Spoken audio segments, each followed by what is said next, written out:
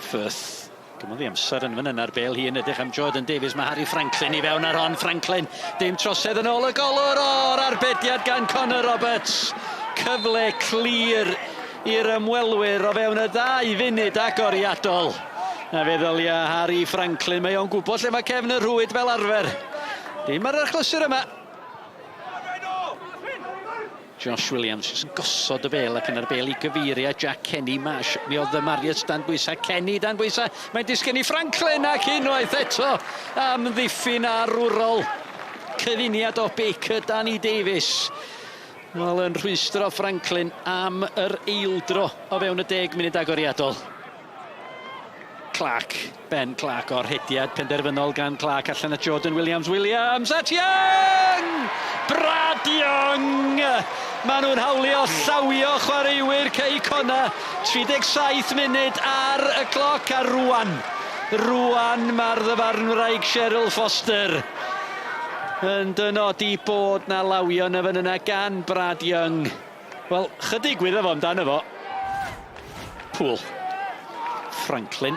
Amser i dderbyn ar rheoli. Franklin o'r bel drwodd o Jordan Davies. Davies heibio'r golwr. Mae dal yna i Jack Kenny o Connor Roberts. O mi nath o'n arwrol yn y fan yna.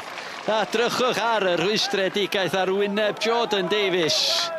O mi nath y golwr yn wych. Redmond chwipio'r bel i fewn i'r cwrt. O, siawns yna drosedd yn y fan yna ar Declan McManus. Mae'n tasgu allan at Jordan Williams. Williams! Mi welodd o bod na le i lawr yn isel i'r chwith i Firth. Doedd na drosedd cyn hynny ar Declan McManus yn y cwrt Cosby. Mewn gofyn y cwestiwn. Cic ornel arall i'r Seintiau. Marriott yn ddofn unwaith eto. I peniad allan. Ac yna Brackley ar cliriad. Mae'n cyn belled ar Redmond at Leo Smith awgrym o'r ergyd rwan yr ergyd gan Smith! Ymryn hibio'r postyn! Leo Smith mor agos i roed y tîm cartre ar y blaen. Davies. Chislovich. Mae di mynd hibio i Davies. Chislovich! Adrian Chislovich! 2 funud a hanner o'r gêm yn weddill. Oedd Firth mor agos ati hi. So'n di gallu gosod hi ddim gwell. A'r Seintiau Newydd ar ei ffordd o bosib i'w chweched buddugoliaeth ar 20 yn olynol. Da ni yn y funud ola. Bel yn cael ei chwipio fewn gan Redmond. A gol i'w rwyd i hun. Cai Edwards, Halen yn y briw go iawn. Cwbl anheg ar yr ymwelwyr. Craig, many congratulations. League champions, but invincible as well. Yeah, it's really special. Look, it's like I've spoken about it before. It's not something you go into the season thinking about. A bit like, you know, when we broke the world record. It's not something you want to tick off. You want to win the league, win the Welsh Cup, win the Nathaniel Cup, and Challenge Cup, and them are the things that that really mean something. But the closer you get to it, and it's a really special thing. It's not been done for over 25 years in this league, and I think the manner as well. Winning 30 out of the 32 games. It's not been 15 draws and scrape through it. It's been 30 wins and 2 draws.